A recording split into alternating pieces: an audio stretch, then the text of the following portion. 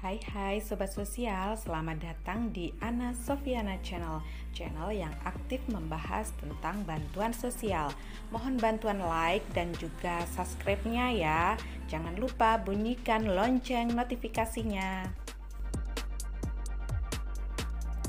Assalamualaikum, welcome back to my YouTube channel. Sobat Sosial, penyaluran bantuan PKH, BLT, BBM, dan bantuan sembako sudah mulai dilakukan di kawasan Kabupaten Blitar ya. Alhamdulillah 2 hari penyaluran ini sudah berjalan lancar meskipun pada umumnya pasti sempat terjadi adanya antrian yang cukup panjang pada proses penyaluran ini. Dan sharing pengalaman aja nih buat teman-teman yang belum melakukan penyaluran bantuan untuk memperhatikan hal-hal berikut agar teman-teman dapat melakukan penyaluran bantuan dengan lebih nyaman tanpa harus menunggu lama atau bahkan harus berdesak-desakan dengan para peserta lainnya ya. Yang pertama, pastikan membawa EKTP yang asli. Pastikan KTP yang dibawa sesuai dengan nama yang tertera di undangan lo ya, bukan diwakilkan atau KTP-nya fotokopian atau KTP yang versi lama, karena PT Pos tidak akan melayani penerima manfaat yang tidak membawa EKTP asli. Daripada nanti udah terlanjur antri lama dan nunggu lama tetapi bantuan tidak dapat dicairkan karena tidak memenuhi syarat tersebut.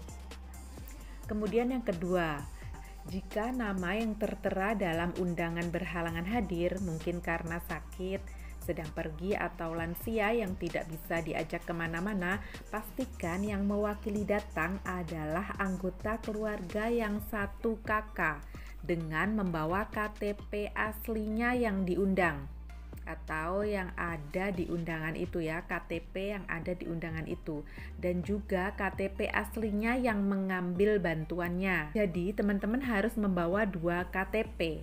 Kemudian juga jangan sampai lupa untuk membawa KTP, maksud saya adalah KK yang asli untuk ditunjukkan kepada petugas penyalur. Kemudian yang ketiga, jika nama yang tertera dalam undangan berhalangan hadir, mungkin karena sakit, sedang pergi, atau lansia yang tidak bisa dibawa kemana-mana, sedangkan tidak ada nama lain yang satu kakak alias beliau kakak seorang diri, maka sebaiknya pihak keluarga datang agak akhir saja gitu di jadwal penyaluran. Misalnya jadwal penyalurannya itu jam 8 sampai jam 10 gitu. Silahkan pihak keluarga datang sekitar jam setengah 10 untuk memberikan konfirmasi kepada PT Pos tentang kondisi penerima manfaat yang tidak dapat hadir dalam penyaluran tersebut dan meminta PT Pos untuk mengantar bantuan kepada penerima manfaat ini. Dalam hal ini, PT Pos bertanggung jawab mengantar bantuan kepada penerima manfaat yang berhalangan hadir dengan alasan tersebut di atas. Jadi, tidak perlu kesulitan atau bersusah payah mengajak antri para lansia atau penerima manfaat yang sedang sakit loh ya. Kan lebih baik begini ya, teman-teman bisa nunggu di rumah dengan nyaman dan bantuan akan dikirim oleh petugas pos ke rumah Anda. Tapi ya jangan sampai yang sehat-sehat ini minta bantuannya dianterin Pak Pos juga loh ya. Kalau masih bisa hadir, masih sehat dan bisa hadir ya lebih baik tetap bisa datang sendiri dong.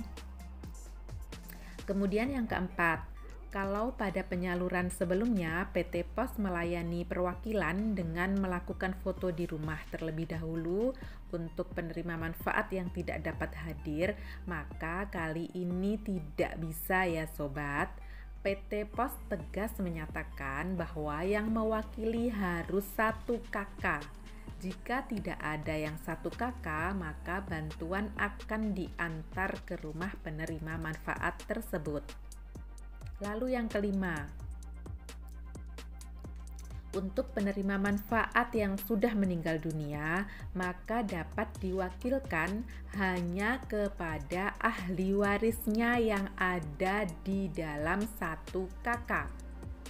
Jika tidak ada ahli waris yang satu kakak, dan jika sudah tidak ada bukti kakak asli yang bisa ditunjukkan kepada PT POS, maka PT POS tidak akan melayani.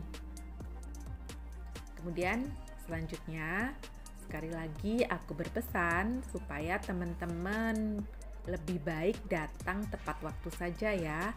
Jangan datang terlalu awal. Nanti teman-teman nunggunya malah terlalu lama, karena PT POS hanya akan melayani sesuai jadwalnya saja.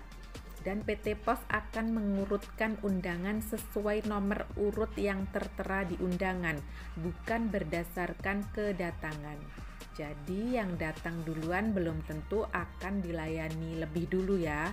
Dan hal inilah yang seringkali bikin jengkel penerima manfaat karena udah datang duluan tapi kok tidak dipanggil duluan gitu.